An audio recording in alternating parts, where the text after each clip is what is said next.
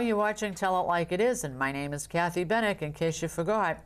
Anyway, my guest today is Bedford's new town manager, Steve Daly, who began his service here in Bedford just a few weeks ago in early March. Steve's a seasoned local government professional with over 20 years of experience in chief administrative positions in both New Hampshire and in Massachusetts. Among his accomplishments in the private sector, he served as Salem's town manager for 4 years, a town that we all know and love. And he additionally has several years of private sector experience. So really what he's bringing to us here in Bedford is a multifaceted perspective that really I think is pretty unusual for most town managers. He comes to us from the Metropolitan Area Planning Council, more lovingly called the MAPC, in Boston, where he spent 13 years directing on a regional scale 3 profit centers of the council. And the council is the regional planning agency for the entire greater Boston area. It serves 101 cities and towns, covers 1,400 square miles, and serves a population of 3 million people. And its mission is sound planning in the areas of overall municipal management, sustainable land use, the protection of natural resources, affordable transportation, diverse housing, public safety, and economic development. So you can see the whole spectrum of what makes cities and towns work. Steve's a Massachusetts native and earned both his bachelor's and master's degree in education from the University of Maine.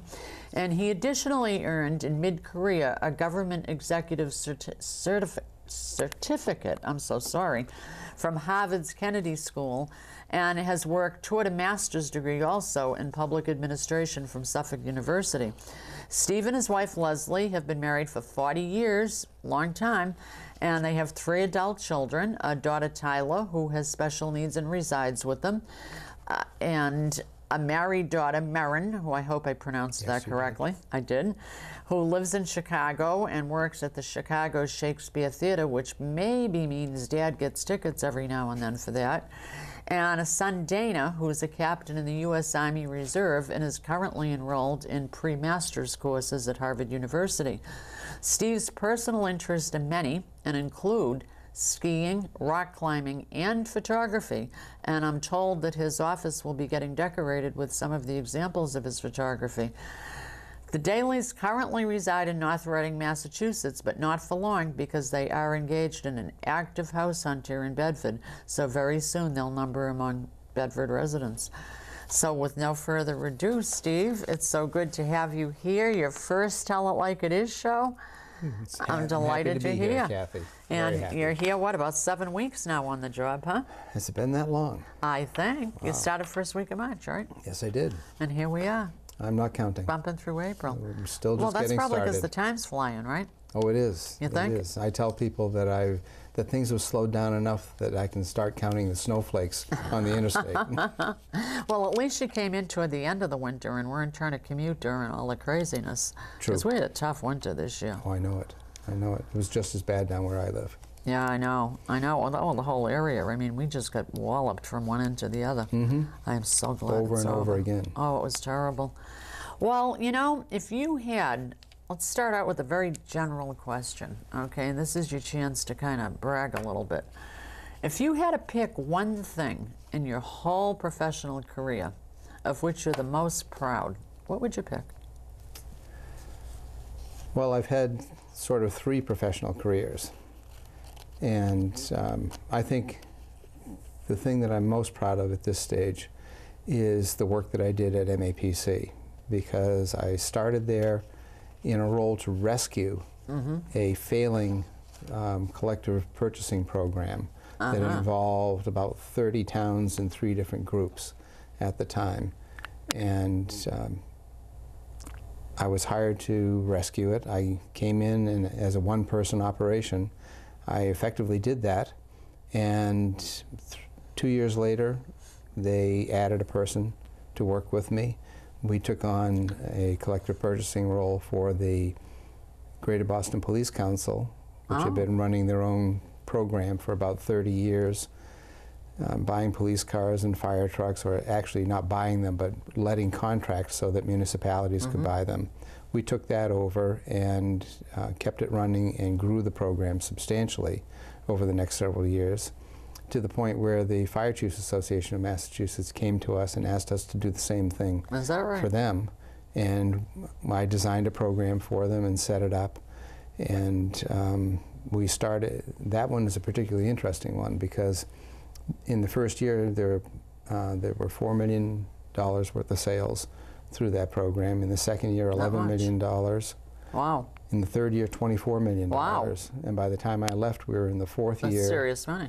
In the fourth year, and 6 months into the year, we were at 70% of the prior year's sales. So it's just something that's burgeoning in Massachusetts. And interestingly enough, both of those programs are available to municipalities throughout New England. Really? Yeah. So they're shared. Yes, they are. Maybe something even Bedford could take advantage of at some point. We may be able to do that, yes.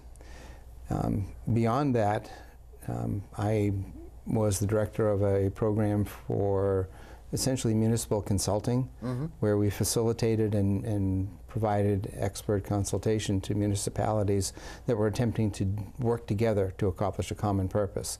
And as I was leaving, the towns of Hopkinton and Ashland, Massachusetts, had been working for several years on combining their fire departments into a single unit, and were maybe 6 or 8 months away from a town meeting where both towns were going to decide whether or not to do it.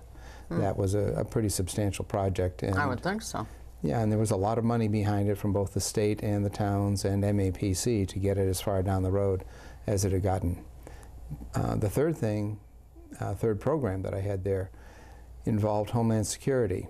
And we started That's a serious one these days. It is. And we started as the grant managers and program managers, project managers as well, and staff to the Northeast Homeland Security Advisory Council in Massachusetts, which is 85 municipalities in the northeast corner of the state. Did that for about maybe 5 years, 6 years perhaps. Really?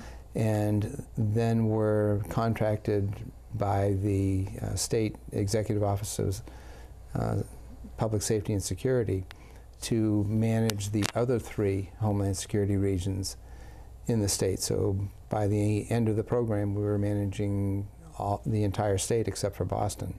Wow. So I'm very proud of all of that, because I was in on the ground floor of all of those programs and had to build them right from nothing. You should be.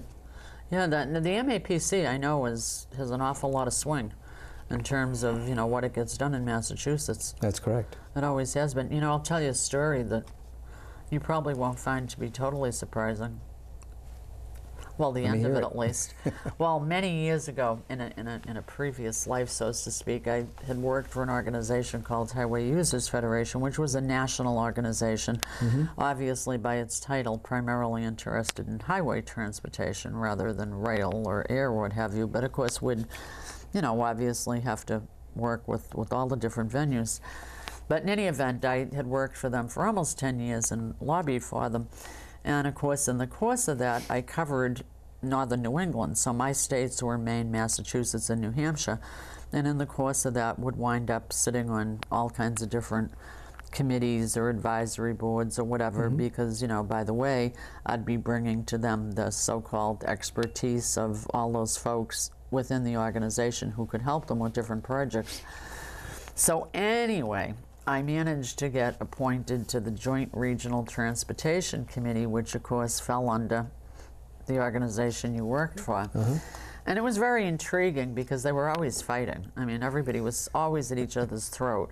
And in those days, I mean, we're going back now to like the Dukakis administration. Sure. And if you remember, Dukakis had very liberal points of view. Yes. And they also were very, very into environmental issues and all of that kind of thing.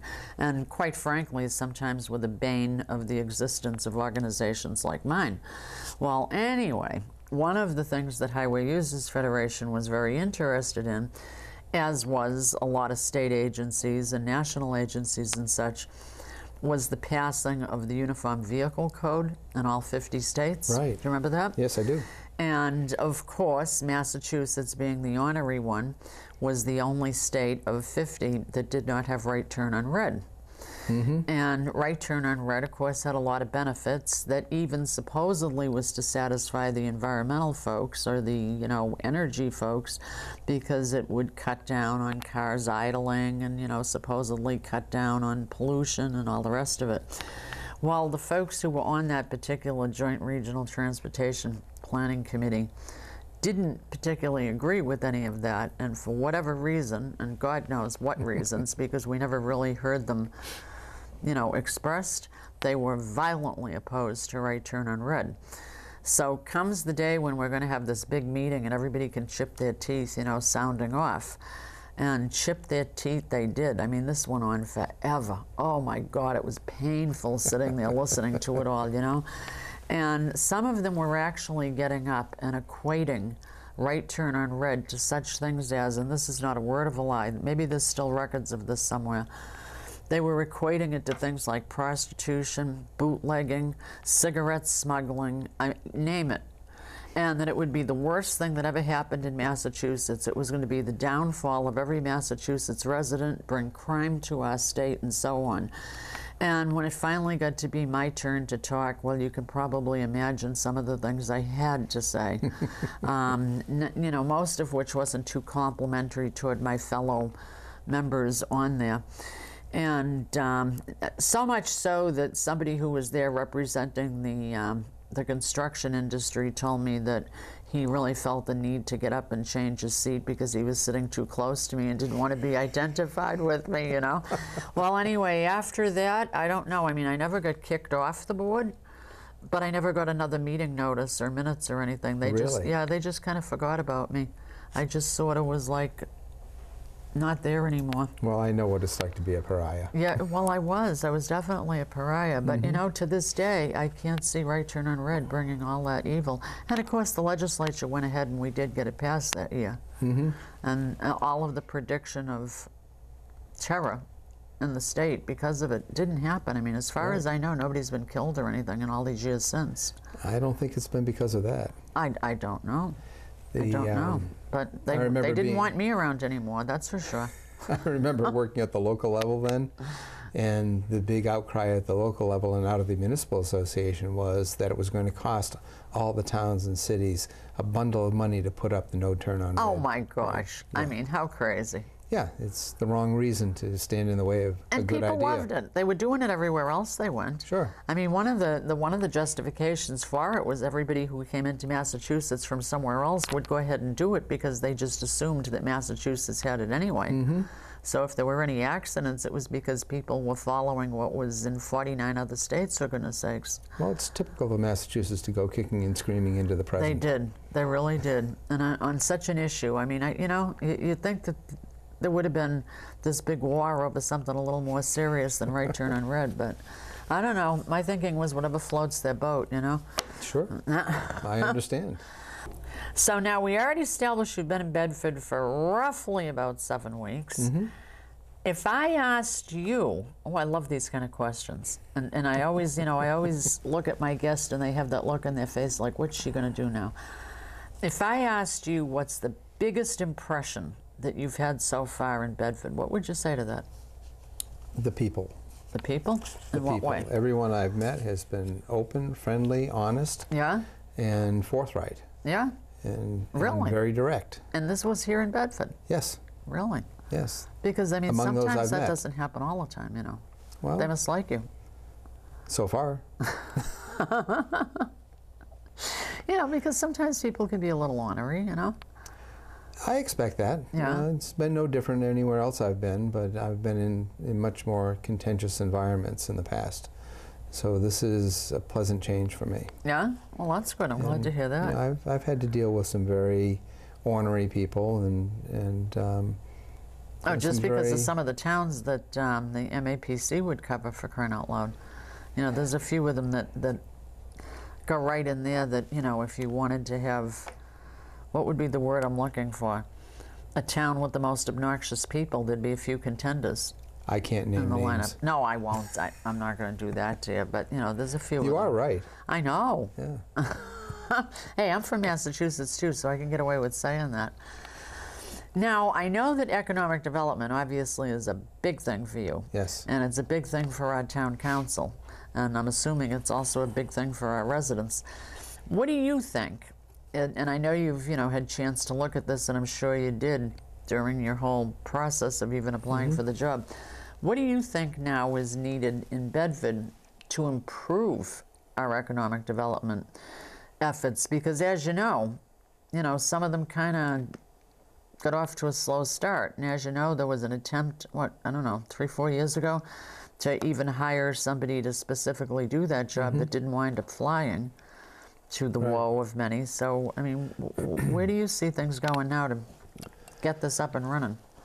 Well, I think there are two things maybe three things that are necessary to start up the economic development engine here in Bedford.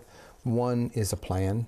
We need to have a plan and a strategy on how we're going to do it. And another is that we need to have a focus and a concentration of resources, whether it's me or other staff or outside resources, focused on economic development as a primary, or at least a high priority objective.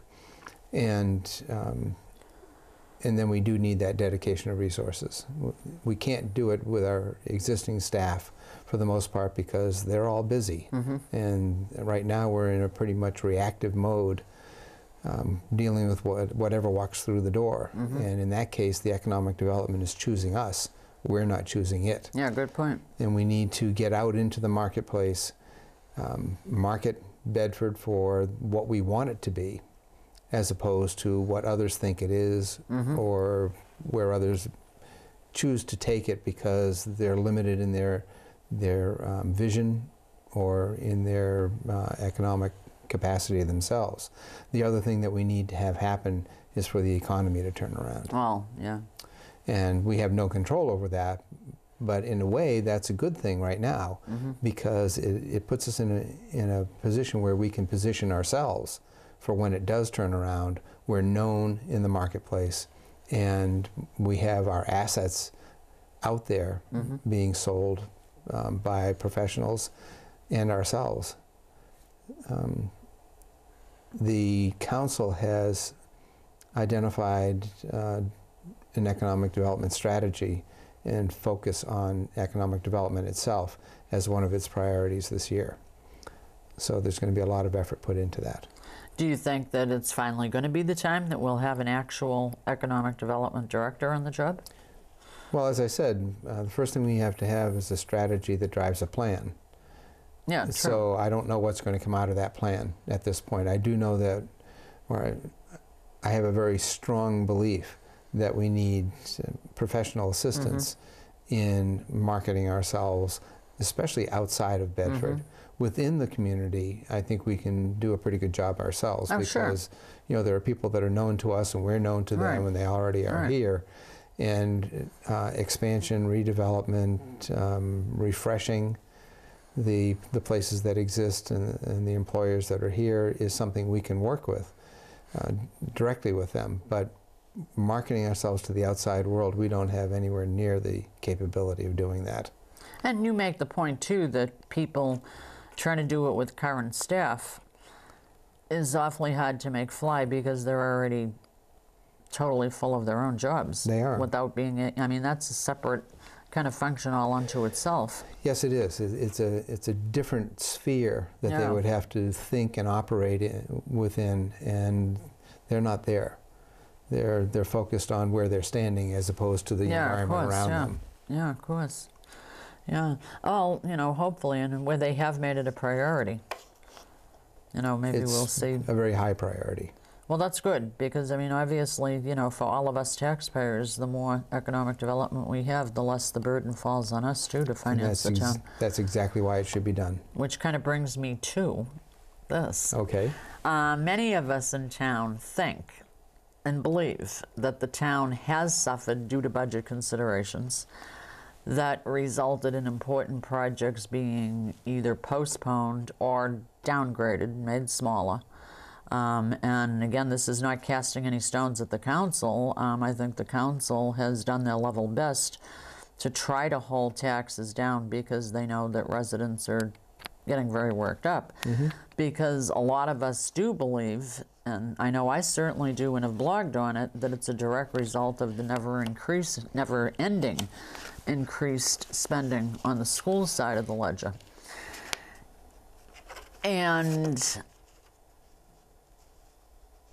I don't know, I mean, to me, and I know that I said this at the budget hearing, I think that we've got to demand a halt to increase school spending. I think that the council needs to constantly be in our ears telling us every time something is going to be postponed or shortchanged or whatever, because of the fact they're trying to hold back the spending, because of the fact all of us are going nuts over the school side of the budget every year.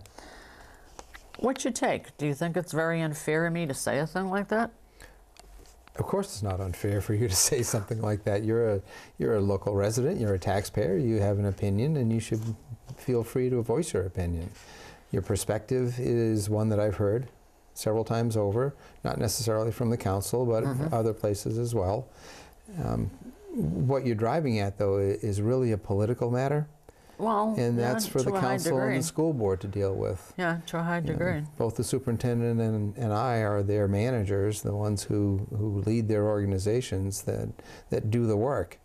But the policymakers are the ones who decide how much is going to get spent, and as a result, what the tax rates are going to be.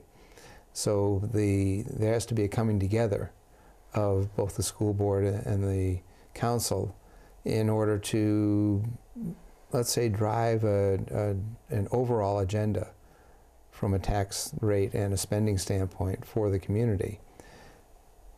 I think that this particular council is open to that and would like to see that happen.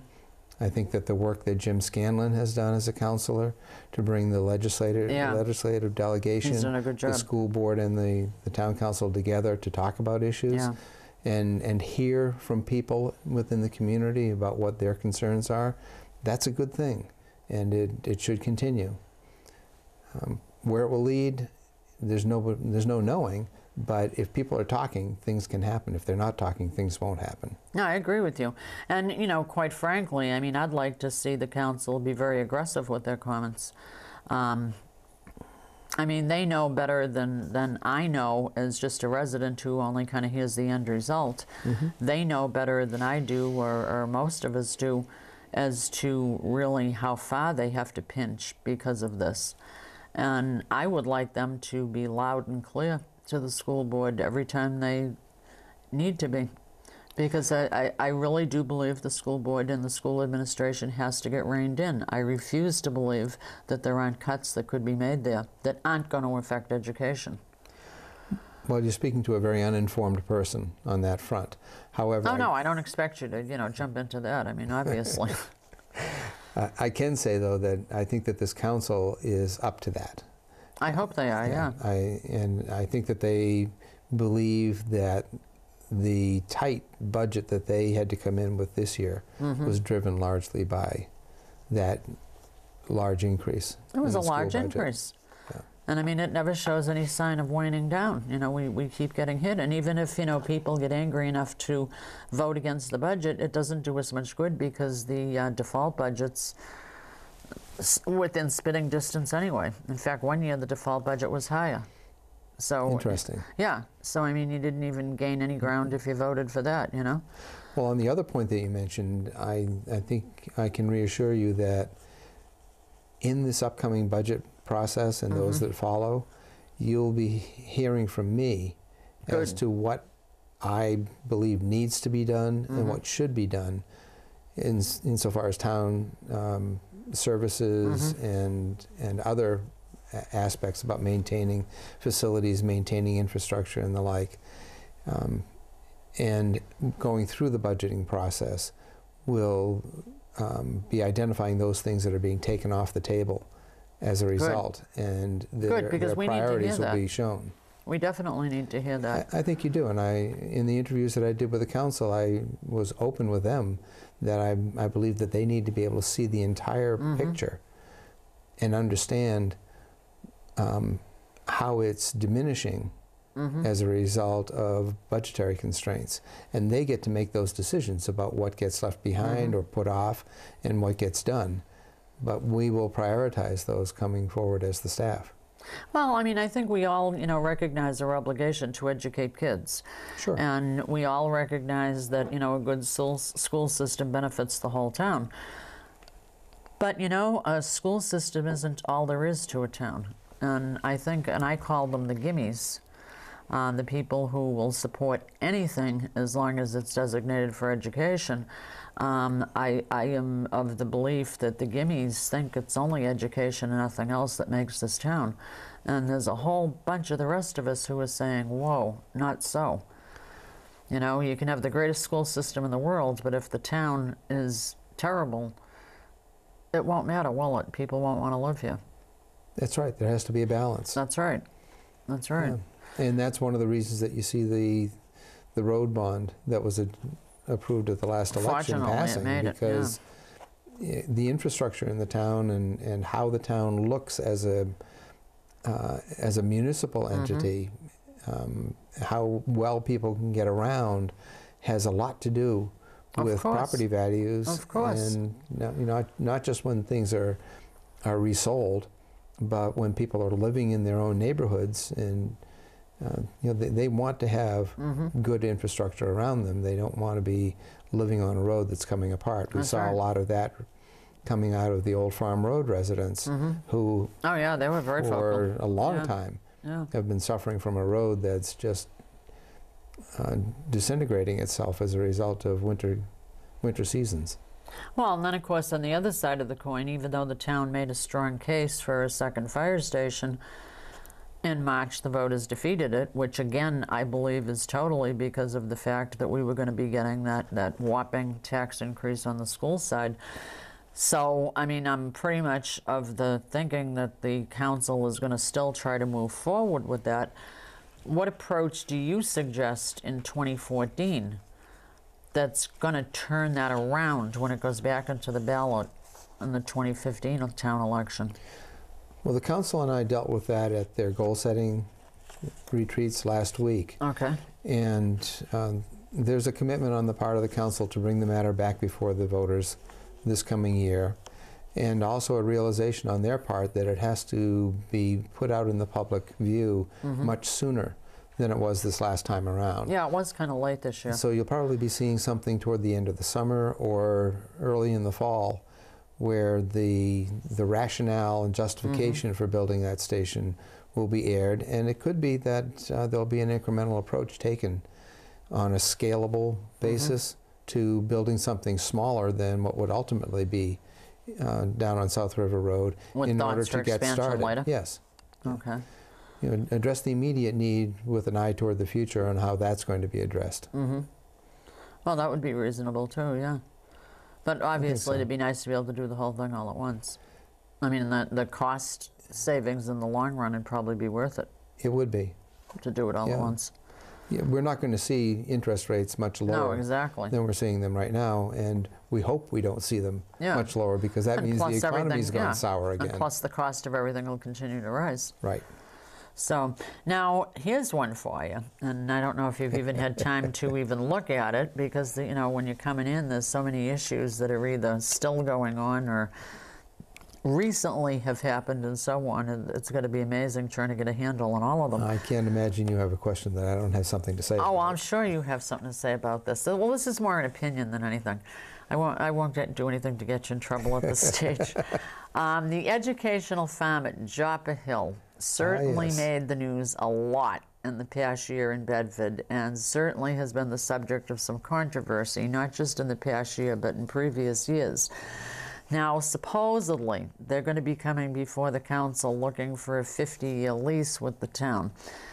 Quite frankly, I find a 50-year lease on anything pretty outrageous.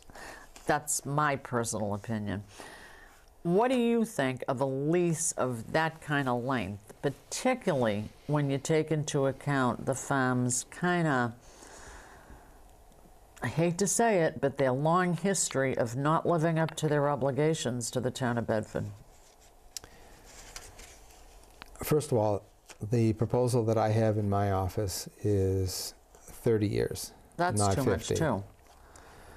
We all have our opinions, and I have Oh. no opinion at this point. But the history of the Joppa Hill Farm organization is one where they've clearly made a lot of promises that they've been unable to follow through on. And I'll give them the benefit of the doubt by saying unable to follow through on, because I don't see any evidence that they've intentionally not followed through. Well, I don't see a lot of evidence that they killed themselves trying to follow through on them either, though. I think they may be turning a corner at this Let's hope point. so. It's a volunteer organization that has had a lot of difficulty figuring out how to raise money. And obviously, given that they're responsible for maintenance of the barn building itself, they have to raise money. And they recently had an injection of funding anonymously that has provided them with enough money to do the repairs that they agreed to do in a supplemental agreement to the lease. And that's about $60,000, which is very substantial in their treasury. There has to be more community support for the education farm at Joppa Hill. By way of taxpayers? No, community support, Okay. not Okay. government support. All right. The council, I believe, is adamantly opposed to government support for it, and I don't think that should be done either. I think I agree. they have an opportunity, and they have a mission that's all very commendable, but they need to have the means to accomplish it, and at this stage they don't. Yeah, because I mean, even though they have the sudden infusion of cash, which allows them to do what they absolutely have to do, or they're going to go out of business, so to speak. You know, what happens? Same old once that money's spent? It's my job to make sure that doesn't happen. Yeah. Or if it does happen, then we may have to embark on a different course. See, I don't understand these long leases. I mean, I don't know. I've heard them say that, oh, well, unless they have a long lease, they can't get money. And I say hokum to that, because I've worked for enough nonprofits in my life that if you can show them a 5-year plan and it's a good one, you can get funding. So I'm not understanding why we would ever have to have a lease longer than a 5-year period at a time. Because if they can't deliver in 5 years, then they're not going to deliver in 10. And these 30, 40, 50-year-old leases, well, that's what I mean. I think these long leases are a joke. And it gives them way too much time to be able to play around and not get serious. And you know what? You know, it's time to hit the road on this. This has been going on for too long. Shall I consider that advice? Well, you can consider it a noisy woman in a town that needs a little noise once in a while, I guess.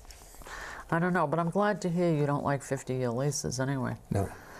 Now, here's another kind of hot... Let me say one other thing about the Joppa Hill Farm. I think that the recreational use of the soccer fields and the lacrosse combination field on the southwest corner of the property is fabulous. And we're working on a procurement right now to obtain a farmer who's going to maintain the property on the east side of Joppa Hill Road, which has been a hayfield, to continue to farm that property. What they're going to plant there, whether it's going to be all hay or other crops as well, has yet to be determined. But I think that the farming heritage of Bedford should be preserved, not at any cost, but there should be a valiant effort to preserve it. And I think that Joppa Hill Farm is the property that's been set aside to do that with. So we have to make a concerted effort, and an honest one, to try to get that to happen. Whether it's with this group or another group, I don't know. I can agree with you to a point. I mean, I'm not anti-farms. You know, I mean, in my own family, there was a large dairy farm in Methuen. You know, that I still have one of the glass. Well, I mean, I didn't have anything to do with it. No, I wasn't out milking the cows or delivering the milk. No, I didn't mean you. I mean, what, Methuen, the farm? A dairy farm in Methuen. No, actually, well, you know, at one time Methuen used to be a lot of farms, but it was actually my uncle's farm, and it was an operating dairy farm. In fact, it's the first place that my father and his brothers ever had a job, you know, doing things like milking cows, and then they were old enough delivering milk, because they did. Remember the days when milk could get delivered at your house? Sure. Every morning or every other morning? And It was a big farm. And actually, when my uncle got older, you know, was reaching retirement and it was too much, didn't have children who were interested in continuing the tradition or whatever, and essentially got an offer that he couldn't refuse from both the Commonwealth of Massachusetts and a private developer, because where his farm was is where the Methuen Mall and Route 213 were built. Yeah. And of course, it's not the Methuen Mall anymore because that went out of business. It's the Loop now, which is a very successful shopping center. Yep. But that's where it was, right down there. Now it makes sense. Yeah. So when I was a kid, my mother and father actually ran a little ice cream stand on there. Really? Which meant I got to eat lots of ice cream. Yeah, it was kind of fun. Yeah. So, I mean, I'm not against farming, but by the same token, it's not like farms have totally gone out of existence. And I guess I'm cynical enough that I don't believe in like going crazy romanticizing something either. I can agree with you on that. Got a little like I said, too romanticized here in Bedford, you know, I think. I think there should be a noble effort to preserve that heritage. But back that up the doesn't noble mean... effort with some money. Right. I mean, calling a spade, right? Well, you know, that's how you find out how important it is to the community. Yeah, exactly. Exactly. Well, Steve, I'm glad you got an opinion. Here's another one for you. Now, last week, the zoning board put a lid on the Hess proposal for the construction of a new gas station on Route 101, which, frankly, I was surprised. I mean, you expected some of the neighbors to be squawking. But again, you know, I'm of the theory you don't buy a house sitting, you know, within feet of Route 101 if you're worried about things happening. It is a state highway. It's kind of like buying a house near the airport and complaining about planes. It's if my husband and I bought our house where we are. You know, we're near the schools. So what are we going to do? Every day complain that there's a traffic jam because of school buses and crazy parents and SUVs? I mean, it is what it is. It is. But in any event, they you know, at least now it's a mood issue. I don't get it. I mean, from what I understand, there are only 5 gas stations in town. And I don't think that 5 gas stations in a town of this size with this population could exactly be called an oversaturation. I mean, what are your thoughts on this? Well, I think that the town needs to have the services available that it would use and that it requires. And transportation is a big need in Bedford, the need for fuel. Yeah, absolutely. You know, it's an automobile-oriented community, so everybody has to fill up from time to time. The locations of the gas stations are somewhat awkward at this point. Oh, well. You know, they're on 3 corners of the town, and then there's one just around the corner from Meeting House Road. I don't know where the 5th one is, though. I'm trying to think. There's one further up. What is it, Boynton Street? I always give it the wrong name. No, it's up past there's one up past the Market Basket. Yeah. There's one on the south end of South River Road. Yeah. There's one on the west end. There's one if you come to 101 and 114 and you turn right. There's one up there, but is that I think it's still in Bedford, not Manchester, but it could be across the line in Manchester. I don't know. I've heard people say 5. Okay, 5. Then there's the one obviously around the corner from Meeting House. Yes. And then the one further down, the guy who's so upset over a Hess station, which, I mean, that's, to my thinking, bizarre. He doesn't want a gas station there because there'll be competition. Well, gee, I mean, you know, are we a town of one hairdresser or one restaurant or one whatever? I mean, give me a break, you know, competition. I suppose no business person wants direct competition. Well, no, who does? In their marketplace. I mean, we owned a commercial printing company and we had one on either side of us. But it's called, you know, striving to be the best so that they come to you. That's true. Yeah. I think that, you know, if there were other gas stations wanting to locate in Bedford, that would be fine. Where they locate, that's a different matter. And that particular lot on the corner of, help me out. I want to say Hardy, but it's not Hardy. Yeah, it was. It is Hardy. It was Hardy and 101. 101, yeah. Yeah, but you know, that very same intersection, the people went bananas over the fact there was going to be a Hannaford market there, too. Right. I heard that. You know, and I mean, that turned That's worked into out lawsuits. okay. Of course it has. And that turned into lawsuits because they held Hannaford's feet to the fire to make them build a small store. Mm-hmm. No such rules applied to Market Basket. Different location, different circumstances. I know, but still, you know, if But I were the Hannaford that's how you owners, deal with I'd- economic development too, though, Kathy. True. Because there are locations where large development is appropriate. There are locations where mixed-use development is more No, true, appropriate, and, true, and where good small point. development is appropriate. So But Hess had scaled back their plans considerably from their original plan. I understand, but I also, and not having been personally involved in this, I do understand that they were asking for a number of waivers from the zoning, and you know, the more waivers you pile up in your application, the more difficult it is to get them all.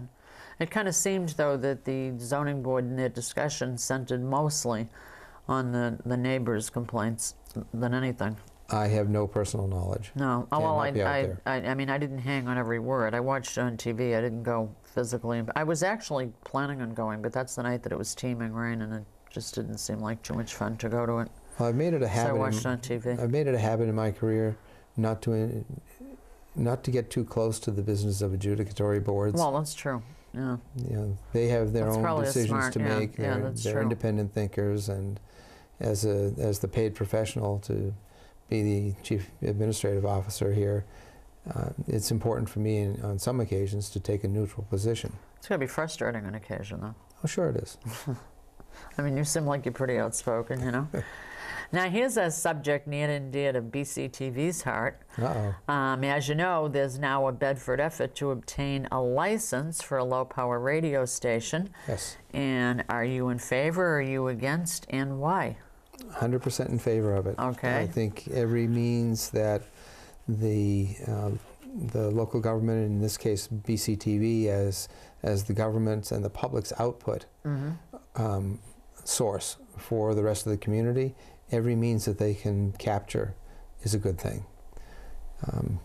We'll have to see what the listenership is as time goes on, but it will be a new station that people will be curious about, perhaps, but there's going to have to be a lot of marketing for the station in order to get people to just check in to see what's going on. And I think the programming is going to be very important. Well, it'll be fun because, you know, I mean, I don't think there's any restrictions as to what they can have on. So, I mean, presumably they could have talk shows and everything else on. I would think so. Wouldn't that be kind of fun if people could call in every morning and, Sure, why not? you know, voice their opinion on whatever was going on? Well, it's better for them to have a place to voice their opinion than not be able to voice it anywhere. That's true. And it could be fun. Yes, could be. You know, we could bring up our own, do you remember Jerry Williams in Boston? We could have Sure. our own Jerry Williams here in Bedford. That'd be fun, wouldn't it? Yes, it would be. Now, you see, now I wonder how many people who are listening to the show will go, who the heck is Jerry Williams? The dean of radio, huh? Remember? I do. He certainly had a lot of listeners and kept a lot of issues alive Anyone through under the 40 years. might ask that question. Yeah, you know, you're right. You're right. You're right. What do you think is going to be your biggest challenge in Bedford at this stage? Or would you even want to guess?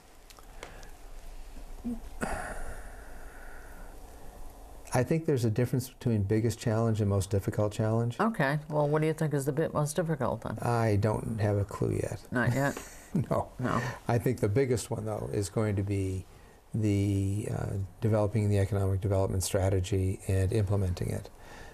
That's a huge task, and especially with Bedford's non-residential zoning environment, it's there are a lot of regulations involved. Yeah. There are a lot of other disincentives for commercial and non-residential development to take place. Yet there's a tremendous attraction and draw for businesses to be located in Bedford, not just the retail that we have here now, but also the office parks and other soft industries that will have a place for their workers to live, either in Bedford or nearby, and they'll have proximity to the airport and you know, an hour from Boston, an hour from the coast, an hour from the mountains. It's an ideal place to be. We are in a great spot. Absolutely, yeah. What we need to do is sell it, though. Yeah. And like I said, that's going to be a big challenge. We don't have a lot of space to develop as non-residential property. So we're going to have to look at how that's going to get done and whether or not we need to consider any further zoning changes to create an environment that would allow for a more intensely tax revenue generated type of development. Because as we said earlier, and we both agreed on this, that one of the solutions, or one of the keys to the solution of rising taxes for the residents in Bedford is a growing non-residential tax base. And that, you know, we don't know what that's going to look like yet, but chances are it won't look like what the non-residential development in town looks like now. If you try to project 20 years down the road, that side of Bedford, which fortunately is physically and visually separated from the residential part of the community, could look very, very different from what it does now. Now, I think it's kind of a good thing that there has been some effort in the past few months to enable the council to have a little bit more power in terms of things like zoning decisions and such, because it seems as though things have gotten very cumbersome with some of the local boards and such in town, and that things can take an awful long time. They can, and it's always difficult when, if you think of it in a corporate sense, plans can be made and implemented with a board of directors making decisions, such as the council. It becomes exponentially more difficult when the decision is put out to the shareholders to make a decision about what to do and how much to pay for it. Well, particularly if they're not looking at the whole broad picture, too. Exactly. They're kind of focusing in on one little area and not really, I don't know that they particularly understand all the ramifications of some of their decisions. Well, it's very difficult for them to be educated well enough to understand it. They will have an opinion, and they're entitled to their opinion. You want to hope that that opinion is based on information and understanding rather than just a knee-jerk reaction.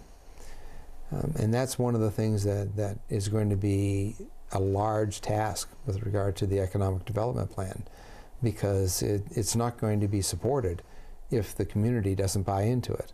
So it's going to have to be a strategy and a plan that the community can support. And if that happens, then I think that we're going to have a great deal of success. Well, and you know, I don't mean this to sound, well, I mean, I get in trouble every so often for something I say anyway, so, you know, that's the way it is. So do I. Okay, well, good. We'll get along good. And I don't mean this to sound disparaging to anybody who's sitting on any boards, committees, commissions, or anything in Bedford.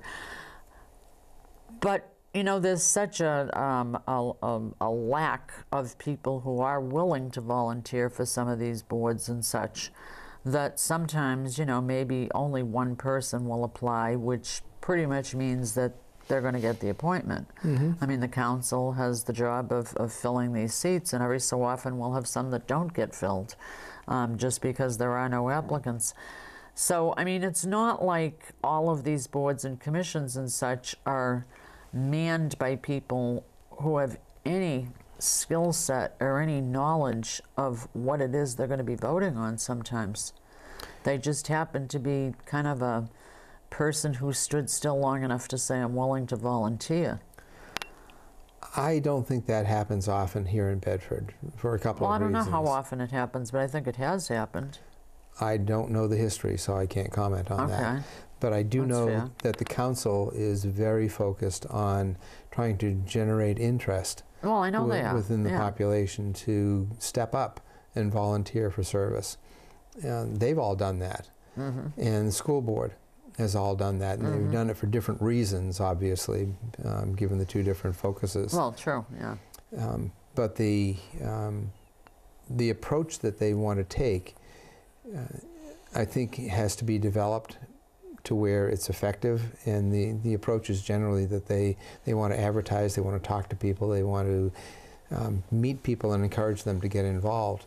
One of the things that I hear about Bedford at this point, because I don't have any firsthand knowledge, but I think looking around the community and hearing about some of the residents who live here, it's pretty plain that Bedford has a wealth of experience, intelligence, and know-how. Absolutely. That if some of those people will step up, their time may be spent only not to the point where they're absorbed completely into decision making at the town level, but we should be able to make use of their expertise through advisory councils or other ad hoc types of groups that come together on particular issues.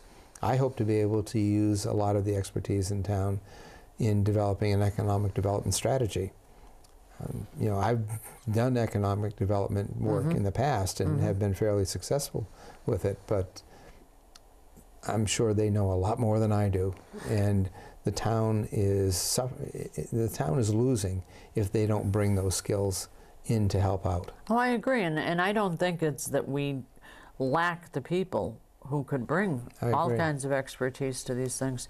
What we seem to lack, though, is a motivation on a part of most of the people to get involved, because it's awfully hard to get anybody involved in anything. I think it might be a little different than that, and maybe I'm being naive about this, but most of the volunteer seats that the council tries to fill are on boards or committees that have a year or 2 or 3 year long commitment to go to a meeting once a month, to study the material being considered at the meeting. It takes more involvement than bringing your expertise and experience into a conversation.